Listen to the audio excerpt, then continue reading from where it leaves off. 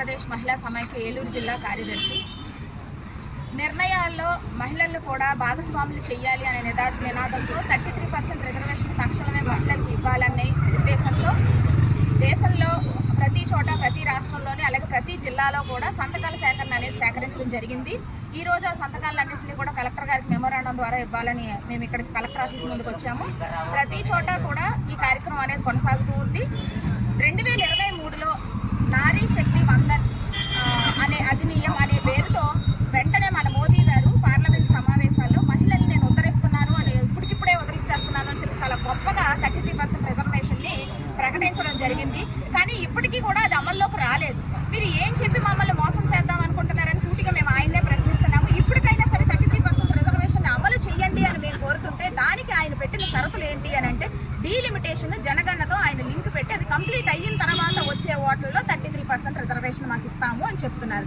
ఇప్పటి ఇలాంటి లింకులు పెట్టినప్పుడు ఆ రోజున మీరు ఎందుకు తక్షణమే ప్రకటించే విధంగా ఆ రోజు అమలుకు నోచుకొని నోటిఫికేషన్లు ఎందుకు జారీ చేశారని మేము ప్రశ్నిస్తున్నాము.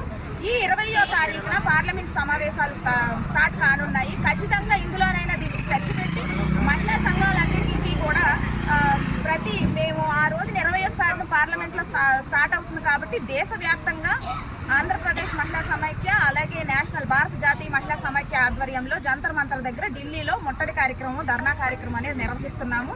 ఖచ్చితంగా దీన్ని మీరు దృష్టిలోకి తీసుకుని ఇప్పటికైనా సరే ఇటువంటి షరతులు లేని 33% రిజర్వేషన్ని అమలు చేయాలని ప్రధాని మోడీ గారిని సూచిస్తున్నాము.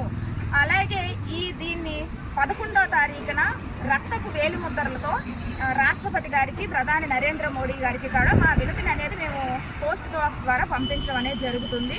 ఇప్పటికైనా సానుకూలించి వెంటనే ఎటువంటి లిమిటేషన్, ఎటువంటి లింక్స్తోని సంబంధం లేకుండా 33% రిజర్వేషన్ అమలు చేస్తారని కోరుతున్నాము. లేదంటే కనుక మహిళా శక్తులన్నింటినీ కూడా కలుపుకుని మాకు మా రిజర్వేషన్ ఇచ్చే వరకు కూడా మేము ఈ ఉద్యమాన్ని ఆపమని చెప్పి ఖచ్చితంగా తెలియజేస్తున్నాము. ధన్యవాదాలు.